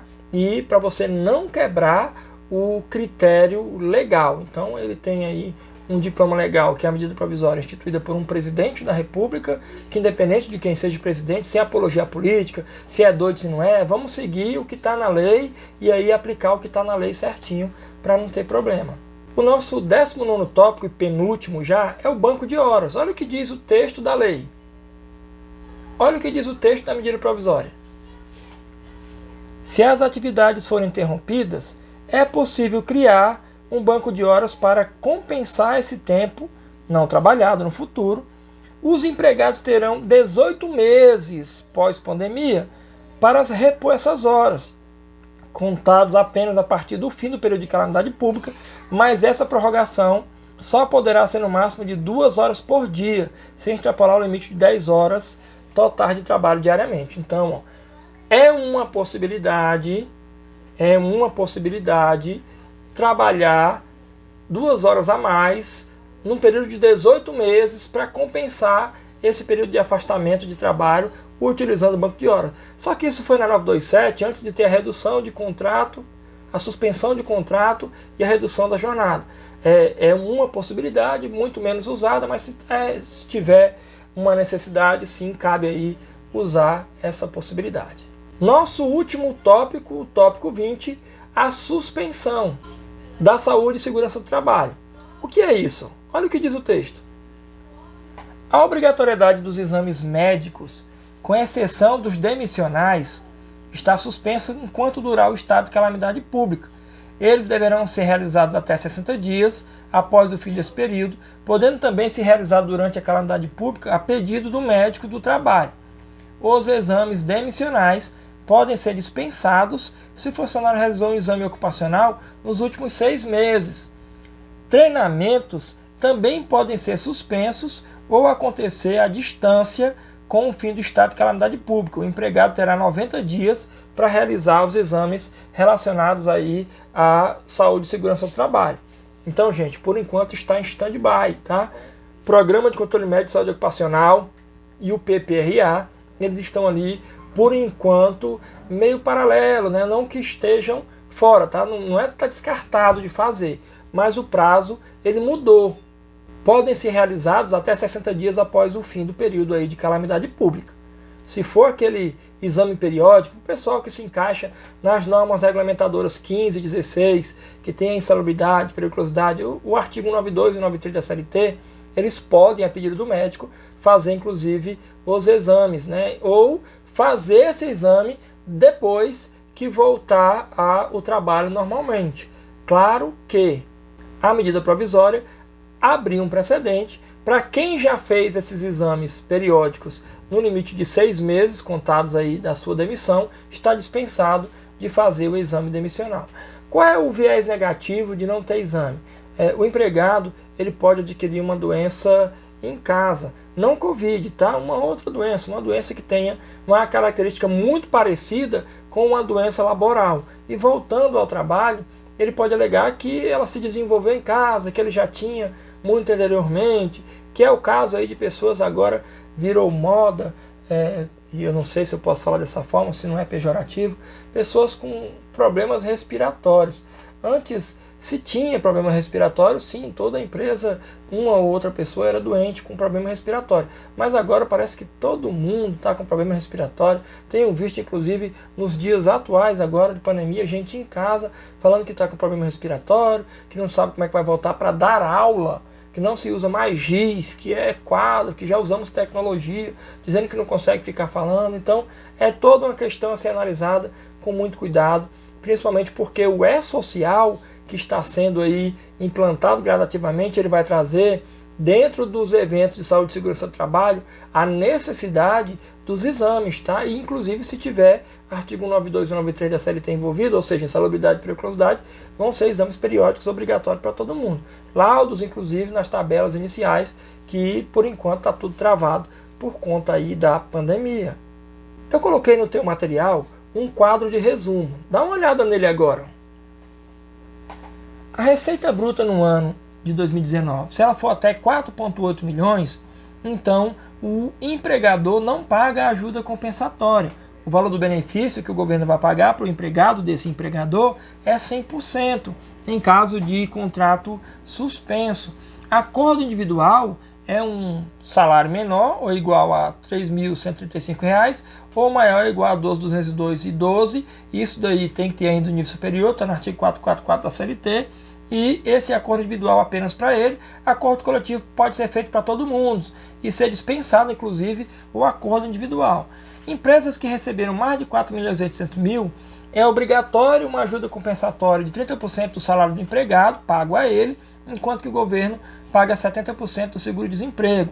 O salário menor ou até R$ 3.135 ou maior de R$ 2.202,12 continua sendo ali o critério para o acordo individual, enquanto que o acordo coletivo é definido para todos os empregados.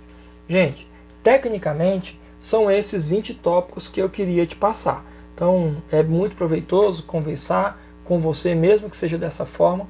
Espero aí que nós consigamos voltar logo às nossas atividades normais, mas acabamos nesse momento encontrando, nos reinventando uma metodologia diferente de trabalho. Então eu posso sim, com certeza, ficar à disposição em um fórum, responder todas as tuas dúvidas que surgirem, inclusive com relação aos últimos momentos vividos nesse cenário trabalhista diante da pandemia.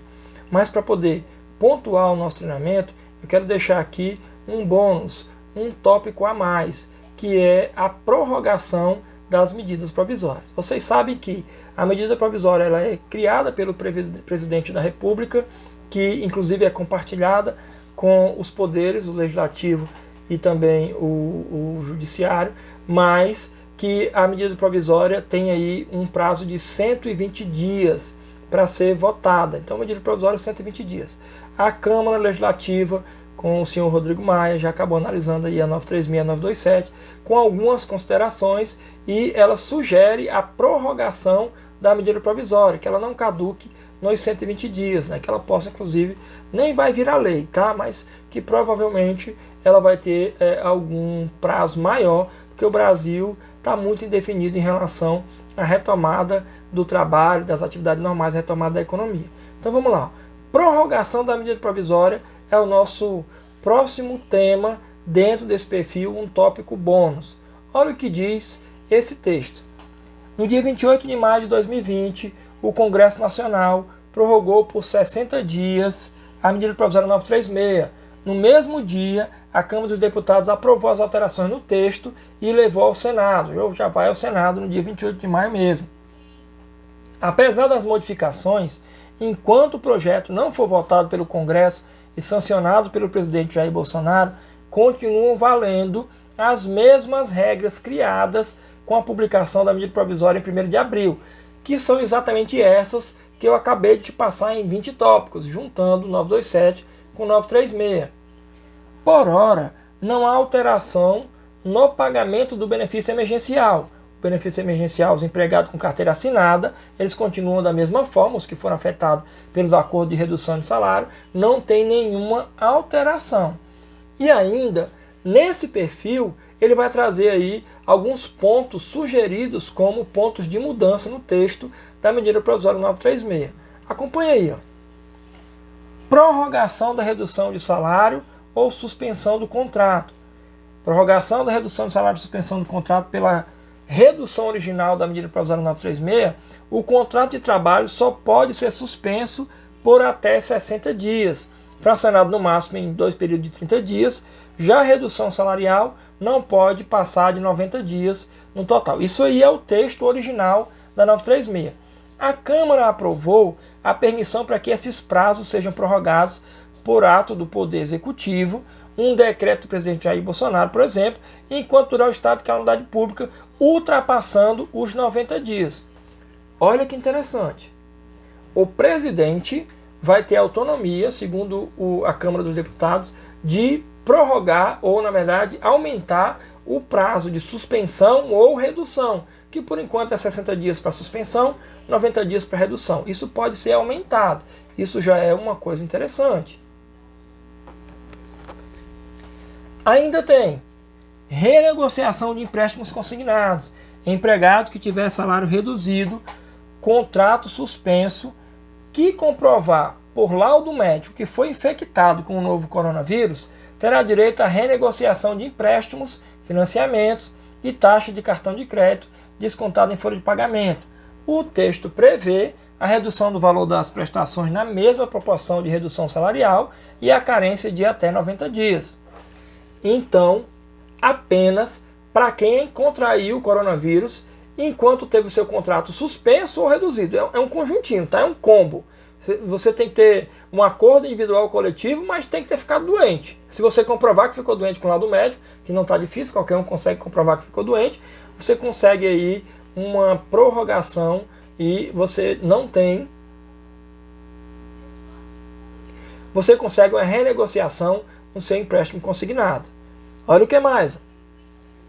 Custo com alimentação deixa de ser salário. De novo, a Câmara incluiu na medida provisória uma mudança na CLT, e aí já é um negócio muito mais profundo, para excluir do cálculo do salário dos empregados a alimentação. É um alívio tributário para as empresas que deixam de recolher contribuição previdenciária sobre o valor da alimentação, ticket, cupons e semelhantes. Atualmente já tem até empresas que usam esse artifício de colocar por fora ali pagamento do salário, alimentação, e não entra na folha de pagamento, para não gerar a base do INSS, FGTS, Imposto de Renda. Mesmo assim, é previsto aí na medida provisória que não entre na base, ainda que seja pago em dinheiro, lá dentro da folha. É uma briga gigantesca no STF, tá? Se for falar de vale transporte, tem súmula do STF e também tem acórdãos, então o negócio está meio bagunçadão. Quando fala de alimentação, ele quer de vez tirar de dentro da base de cálculo o pagamento de alimentação. E ainda tem: estados e municípios não pagarão rescisões.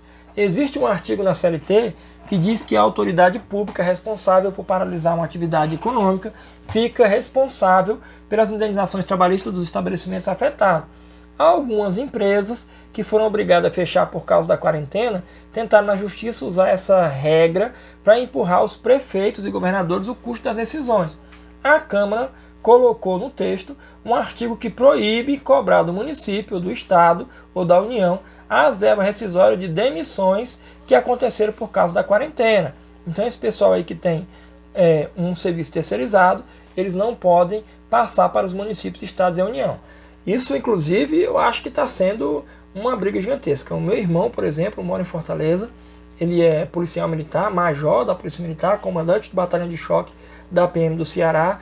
Ele vem falando nos últimos dias, conversando comigo por telefone, que há uma possibilidade de congelamento e não ter aí por um longo tempo aumento, né? Então, se não tem aumento, mas mantém o salário, já está tranquilo. Mas agora o governador do estado do Ceará já vem dizendo que há uma possibilidade do não pagamento. Isso é extraoficial, estou te falando aqui no nosso treinamento, mas não é divulgado em mídia nenhuma, só o meu irmão conversando comigo, que é uma possibilidade de ser afetado por conta do coronavírus. Fazer o quê? Ele mesmo disse que está se precavendo, já fazendo aí o que possível para deixar uma reserva para manutenção futura. Mas tem servidores que recebem um salário muito pequeno. Prefeituras provavelmente que não derem conta de pagar seus colaboradores, vai ser pior do que suspensão e redução, vai ser pior do que receber o benefício emergencial, que você lembra que eu te falei em um dos tópicos, que está vetado. Se for servidor público, não pode participar do benefício emergencial. E para poder finalizar, dentro do texto trazido aí pela Câmara Legislativa, na 936, um outro pedido de mudança. Prorrogação da desoneração da folha.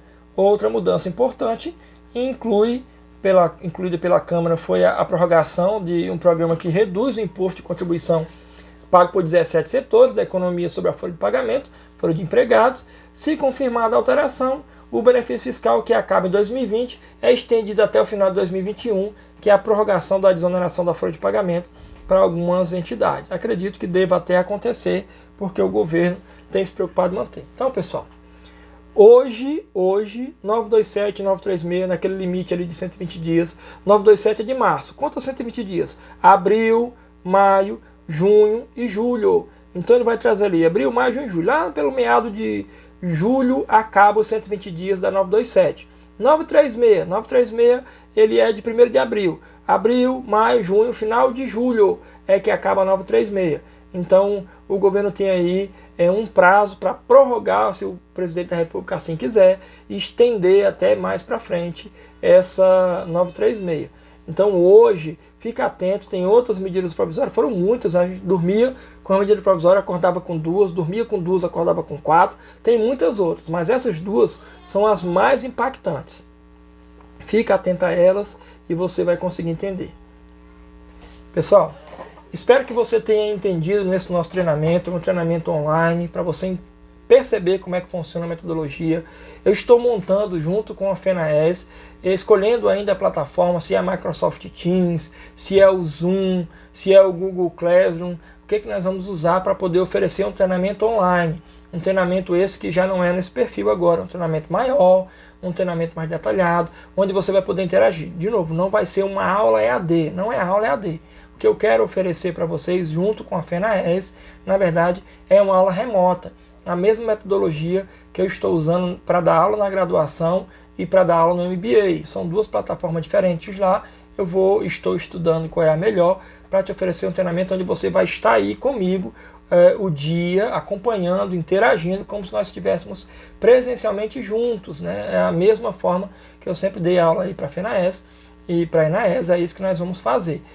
Eu vou montar um curso específico, já estou passando o portfólio para a Camila, uma pessoa maravilhosa que sabe trabalhar. Eu vou deixar que ela defina qual é, nesse momento, o essencial, e aí nós vamos fazer um treinamento, ofertar o treinamento, na verdade, para que você interessado possa participar. Essa é a ideia. Nesse de hoje, o que eu quero que você entenda é que o governo tem trabalhado, tem agido para que haja manutenção dos empregos. Mesmo assim, sugiro a você fazer treinamentos, ainda que não seja comigo, mas faça treinamentos oferecidos pela ENAES ou até mesmo por outras entidades, para, se por acaso no futuro vier a ter aí uma retomada de economia do zero, ou seja, você perdeu o emprego, e tomara que isso não aconteça com ninguém, você tenha uma capacitação até mesmo para poder vender conhecimento em um outro treinamento, tá certo? Então, me acompanha nas redes sociais, meu Instagram é Contador Ângelo Costa, o YouTube no meu canal, onde eu acabo postando muitos vídeos, também é Contador Ângelo Costa. Acompanha, me segue lá, que eu vou com certeza, sempre que tiver novidade, disponibilizar gratuitamente, sem problema nenhum, e estarei à disposição no direct, inclusive, até mesmo do Facebook, para tirar dúvidas. Meu e-mail, contador.angelo@gmail.com, para tirar dúvidas. Tem uma demanda muito grande, inclusive, de muita gente mandando e-mail, mas à medida do possível eu vou respondendo, baixando lá as perguntas, para não deixar ninguém com dúvida, tá certo?